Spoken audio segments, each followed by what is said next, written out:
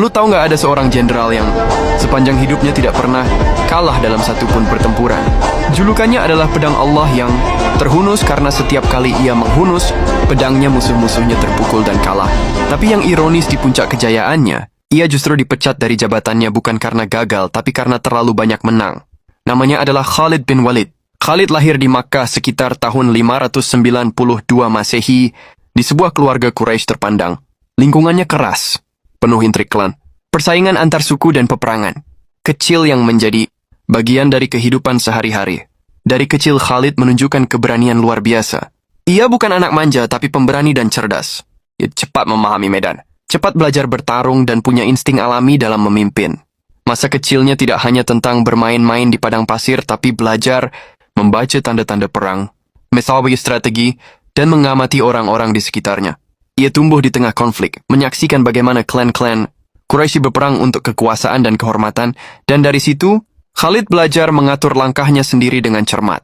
Saat remaja, Khalid sudah menjadi pemuda yang dikenal kuat dan tangguh. Ia ikut serta dalam pertempuran-pertempuran kecil antar suku Quraisy, dan saat itu reputasinya mulai terbentuk.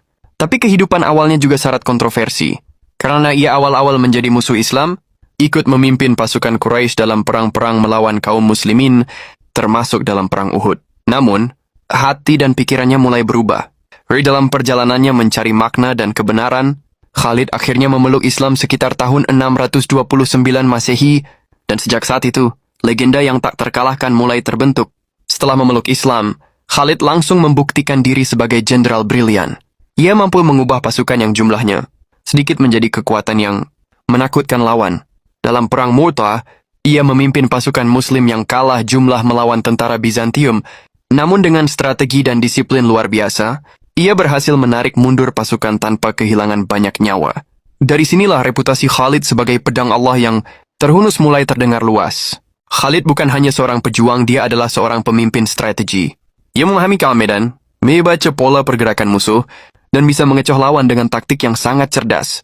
Dalam setiap pertempuran baik, Yarmouk melawan Bizantium atau Qadisiyah melawan Persia, dia menunjukkan kemampuan analisis, penempatan pasukan, dan serangan mendadak yang nyaris sempurna. Ia bisa memecah pasukan musuh, menyerang dari arah yang tak terduga, dan memanfaatkan medan untuk keuntungan pasukannya. Setiap kemenangan bukan sekadar kebetulan, itu hasil dari kecerdasan, pengalaman, dan naluri militer yang luar biasa. Selain itu, Khalid sangat memperhatikan moral pasukannya. Ia selalu berada di garis depan saat dibutuhkan, menunjukkan keberanian, dan memastikan prajuritnya percaya diri. Karena itu, setiap pasukan yang dipimpinnya selalu memiliki semangat